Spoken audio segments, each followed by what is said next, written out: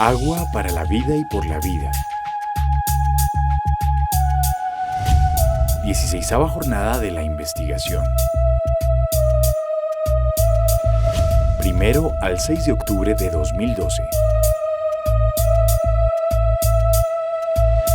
Tunja, Duitama, Sogamoso y Chiquinquirá.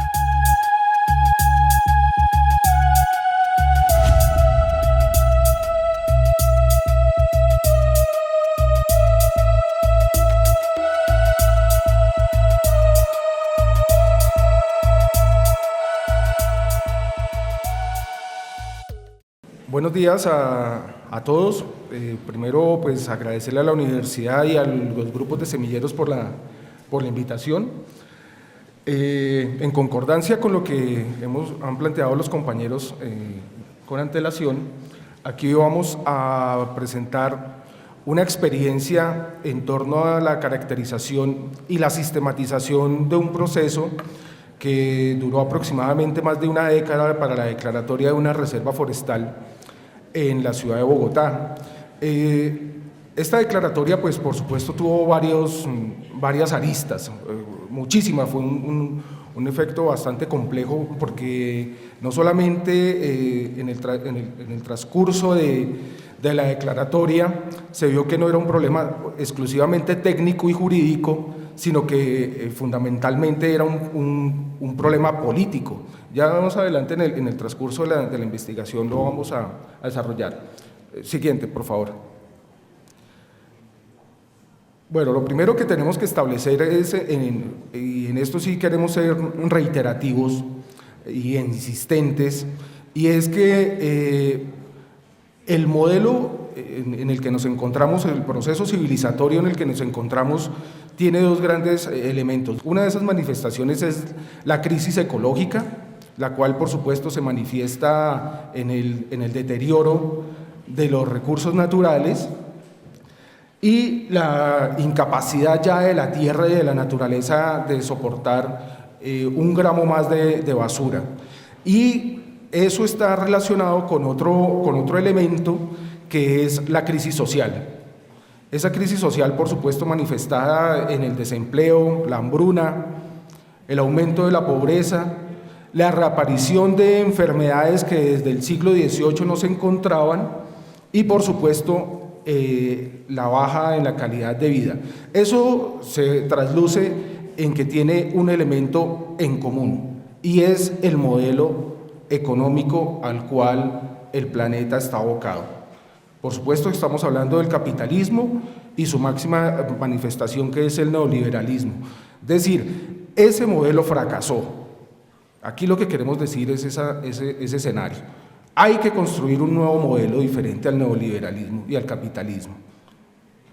Si nosotros, el planeta, los seres humanos que allí habitan, no asumen con responsabilidad esa discusión, y si nos abocamos a decir que lo que tenemos que construir hay una discusión profunda en torno a la economía verde, pues eso hay que revisarlo realmente si eso funciona o no. Nosotros le tenemos ciertas reservas a esa discusión, pero eso hay que afrontarlo con mucha rigurosidad desde las diferentes disciplinas.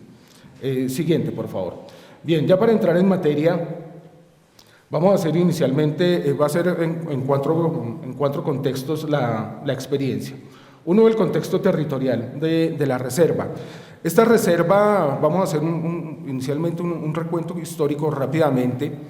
Hay un profesor que se llama el profesor Tomás van der Hamen, que aproximadamente en la década del 90, que es cuando realmente se inicia en el país y en Bogotá, hablar sobre un tema que se llama la planificación ambiental del territorio. Es decir, antes, desafortunadamente, no se tenía claridad ni la importancia de por qué los ecosistemas eran fundamentales para la sostenibilidad de un territorio. Además que vamos a mirar cuál es ese concepto de territorio. Allí el profesor, en una investigación que le contrata con la CAR, para la cuenca alta del río Bogotá, en torno a cuáles son los valores ambientales que existen en esa cuenca, le permitía esa investigación dos temas fundamentalmente. Uno era crear una guía, una hoja de ruta para los municipios de la Cuenca Alta acerca de cuál era el modelo o cuáles eran los niveles de modelo de desarrollo que deberían tenerse en estos municipios. Y lo importante que lo que nos compete acá es que el profesor encontró que el agua, mirado desde el concepto de cuenca hidrográfica, encontró que elementos como el siguiente: esta parte de acá que vemos verde son los cerros orientales, que detrás de estos cerros es donde se genera el agua. ¿Sí? Estamos hablando de la parte alta de la sabana de Bogotá. Todo esto es la sabana de Bogotá, la parte norte de Bogotá. Esta es la parte urbana. Esto genera agua. Por estos lados hay aproximadamente unas 97 quebradas identificadas, pequeñas, y que se tienen que conectar a esto, que es el río Bogotá. ¿Cuál es el problema? Que por todos estos sistemas de urbanización, de vías, pues se encuentra truncado. Y también por construcciones como por ejemplo cementerios. Hay un par de cementerios acá, lo cual ha generado problemas bastante graves como la cadaverina.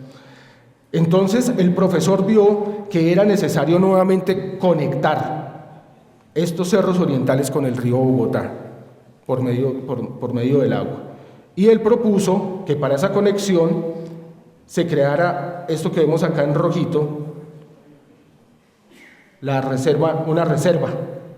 Dijo, le propuso a la CAR y al distrito, perdón, a la CAR y al ministerio, que para poder tener una sostenibilidad de la región central, siguiente por favor, era necesario,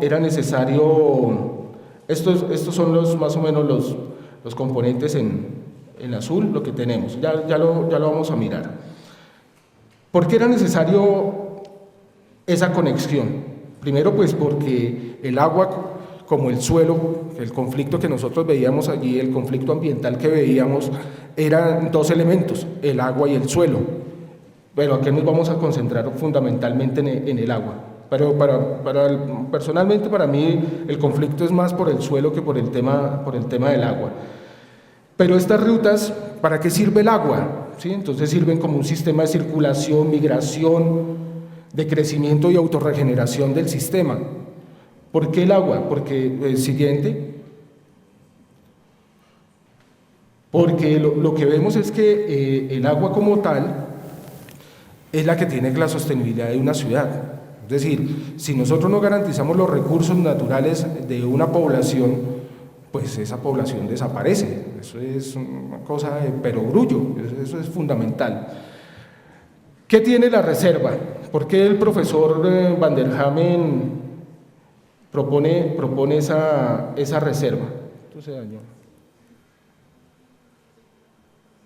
¿Sí sirve? No. Entonces,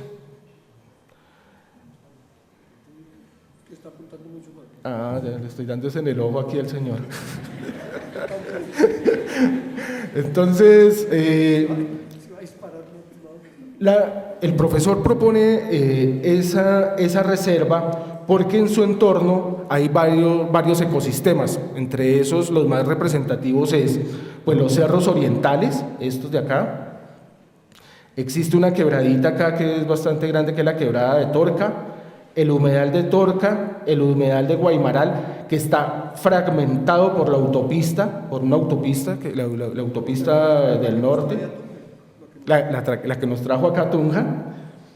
Eso está conectado a una parte que hay acá que son el Cerro La Conejera, que está conectado a una cosa por acá. Este es el Cerro La Conejera, perdón, este es el número 5, al Cerro La Conejera, que está conectado aquí a una quebradita que se llama la Quebrada La Salitrosa, conectado a un humedal que se llama el humedal de la Conejera, conectado a un santuario de flora y fauna que se llama el Bosque de las Mercedes, y eso se conecta a esto, que es el río Bogotá, ¿sí? El cual pasa aproximadamente por 20 y pico de municipios, creo que no sé si estoy... Ah, bueno, y una de las zonas más importantes, otra vez me perdí, no, acá está. Una de las zonas más importantes, que es la zona rural de la Sabana Bogotá. La ley 99 declaró como de interés ecológico nacional la Sabana Bogotá. ¿Por qué la declara como interés ecológico nacional? Porque son los segundos, siguiente por favor, son los suelos, son los mejores suelos del país. Son excelentes esos suelos que existen en la Sabana Bogotá, son iguales a los mejores son los de Mariquita, pero estos suelos son fundamentales. Lo que nosotros queremos plantear es que allí puede servir para una parte agroecológica, forestal, que más adelante vamos a mirar, porque nosotros inicialmente se le llamó una reserva forestal regional del norte, pero en la declaratoria quedó como reserva forestal regional productora del norte de Bogotá. Ya vamos a explicar por qué un debate que hicimos en torno a cuál es el concepto de productora. Siguiente, por favor.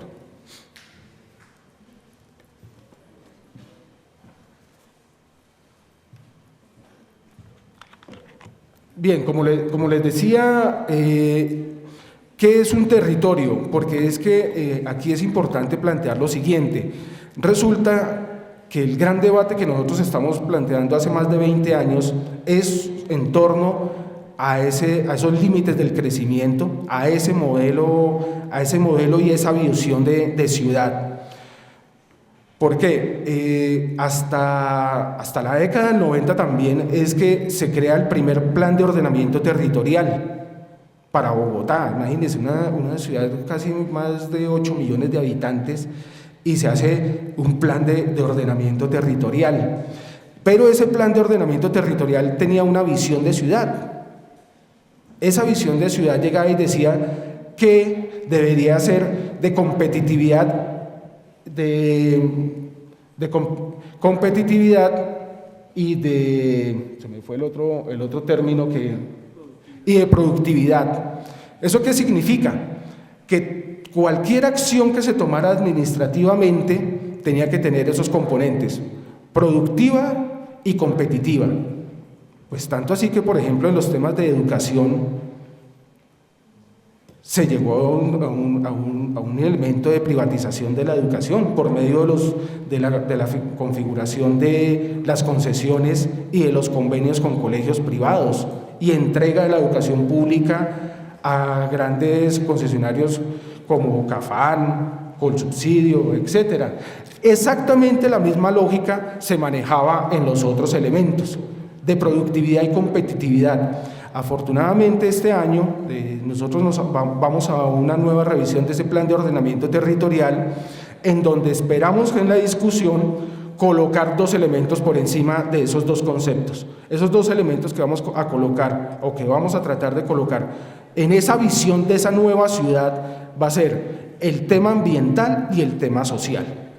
Por eso era que les señalaba inicialmente por qué es para nosotros tan importante eso. Con esas dos palabritas, la ciudad se obliga a que toda acción que haga de política pública, tiene que tener en cuenta esos dos elementos. No solamente un término economicista, sino por encima de ello el tema social y el tema ambiental. Bueno, aquí es importante cuál es ese concepto de territorio. Entonces, ese plan de ordenamiento territorial hablaba que el territorio era exclusivamente el suelo, y de una lógica político-administrativa en donde era el suelo, y resulta que el territorio es algo mucho más complejo. Nosotros lo podemos definir aquí, que está compuesto por tres elementos, fundamentalmente esa parte biótica, ¿sí? lo biofísico, los ecosistemas, pero también está compuesto por seres humanos que hacen la construcción de la territorialidad de ese territorio, esa construcción social e histórica y por supuesto unas manifestaciones culturales. Siguiente, por favor. Esta es la propuesta de la reserva, esta es la quebrada, esta es la quebradita La Salitrosa. Desde la foto que tomamos es del Cerro La Conejera y esta es la ciudad. Como lo dice Gustavo Wilches, la costra. Entonces, ¿cuál es nuestra propuesta? Por ejemplo, hacer pactos de borde. Es decir, aquí el premio ese que ustedes vieron de ecología que nos ganamos hace unos años, fue porque aquí hicimos todo una cerca viva, con árboles nativos, por más de 1,5 kilómetros. Esto se sembró con todos estos habitantes de estos barrios, 10 barrios hay acá, por medio de la ecopedagogía y de la educación popular, varias estrategias, fue un trabajo muy bello. Y desafortunadamente esta zona, por toda esa indefinición de esos 10 años de la declaratoria, porque pues ahora si hay tiempo, sería importante mirar esa batalla jurídica que se dio para la declaratoria. Dame la siguiente, por favor. Bien, ahora porque es importante y geoestratégica para la ciudad, no solamente para la ciudad, sino para la región central del país, que es lo que nosotros llamamos la estructura ecológica principal de la región, porque bueno, la ecorregión que nosotros planteamos circunscribe fundamentalmente Cundinamarca, el Tolima, Quindío, Boyacá y el Tolima. Todo, por supuesto, conectados a la cuenca del río Bogotá. Eso nos va a permitir articular todos esos ecosistemas aislados en este momento para una gran generación de agua, porque lo que nosotros, como bien se señalaba anteriormente, nosotros lo que necesitamos sembrar es agua. Ese es el concepto que tenemos que plantear. ¿Me permites un momento la anterior? Mire, aquí hubo una discusión en torno para los ingenieros, eso lo quería plantear acá para los ingenieros, este debate Bien, listo, ya vamos a acabar. Para los ingenieros, resulta que el tema de recuperación no es hacer cualquier tipo de recuperación, porque, por ejemplo, la recuperación que se estaba haciendo de las quebradas en Bogotá era canalizarlas, echarle cemento. Eso lo hizo Europa hace 50 años y en este momento han tenido que reversar ese tipo de recuperación, porque es que hay que hacer una recuperación natural, porque el agua tiene unos cursos naturales, es decir, esa serpiente que tiene esos meandros, igual que el río, eso es una cosa necesaria precisamente para la autorregeneración del agua. Entonces es muy importante que cuando los ingenieros acá aboquen a la recuperación de un ecosistema, hay que tratar de hacerlo de la manera natural. Siguiente, a ver, porque me dieron aquí. Siguiente. Dale la siguiente. Bien, es importante señalar en nuestro trabajo la caracterización que hicimos en esa investigación. Especialmente encontramos varios actores, entonces nosotros los clasificamos en unos actores comunitarios. Dame la siguiente, por favor. Sí, dame la siguiente. Encontramos algunos actores, dame la siguiente. Los clasificamos así, en actores comunitarios, en actores privados, institucionales, académicos, ambientales y políticos. Aquí lo único que quiero señalar es lo siguiente, y aquí retomo a un poeta del siglo XVIII que decía que nosotros somos porque nosotros hicimos unas alianzas muy importantes con la academia y con los actores políticos. Por supuesto, con los políticos, porque ellos son los que ejercen y son los que hacen las leyes y los decretos y los acuerdos. Y para nosotros era muy importante esa vocería, a pesar de en una época ser el tema abstencionista, nos vimos en la necesidad de hacer esas alianzas políticas y han sido fructíferas. Bueno, en algunos casos, por ejemplo en la pasada administración, la cual pues también le decíamos que era muy importante vincular el tema, no se hizo. Con esta administración de Gustavo Petro nuevamente asumimos ese reto, a pesar de que pues dijimos, bueno, eso hay que hacerlo, hay que trabajar, o era Petro o era Peñalosa, y Peñalosa fue el que hizo ese primer POT en donde decía que había que hacer una ciudad competitiva y productiva, en beneficio, por supuesto, era de la circulación de capital. Eso es básicamente lo que se planteaba hacer en esa ciudad, modificar la ciudad en procesos de modernización para la circulación de capital. Entonces aquí nosotros siempre hemos dicho que los ambientalistas somos como los buenos amantes, escépticos pero siempre dispuestos a trabajar, y en eso pues hicimos la relación con esos actores políticos. Y es muy importante la academia, porque la academia es la que ha resaltado los análisis de investigación en torno a esos valores estratégicos para la ciudad. Bien, siguiente. ¿Qué hicimos para esas declaratorias? Primero, que la gente se apropiara del territorio. Y para apropiarse del territorio hay que conocerlo. Entonces teníamos diferentes actividades. La más importante que teníamos era el reconocimiento del territorio, y eran las salidas, hacer salidas con las comunidades para explicarles cuáles eran los problemas, pero también cuáles eran las oportunidades que habían allí. Siguiente. Y la participación pues en diferentes espacios y la generación de esos espacios. Es un trabajo bastante arduo, pero muy interesante, sobre todo porque se hicieron un trabajo de formación en las comunidades, es decir, que fueran los mismos actores los que hicieran sus presentaciones en las audiencias públicas, es decir, no que fuera la academia o los políticos los que fueran a hacer la vocería frente a las administraciones, sino que fueran los mismos campesinos. Allí hay una vereda muy bella que se llama la vereda Chorrillos, en la parte de Suba, en donde se hacía este trabajo. Creo que ahí terminamos, déjame ver la siguiente. Bueno, los resultados. Entonces, uno de los resultados fue que se hizo la declaratoria del año pasado. Esa declaratoria, yo quisiera pues dejarle la investigación para que vean la sistematización que se hizo allí. Se ha venido haciendo fundamentalmente la formulación del plan de manejo ambiental. Esa formulación, por supuesto, hemos logrado que se haga con la participación de las comunidades. Dame la siguiente. Y una propuesta es porque como estos terrenos tienen unos grandes propietarios, allá hay por ejemplo, un barrio dentro de la reserva, es un barrio ya consolidado en donde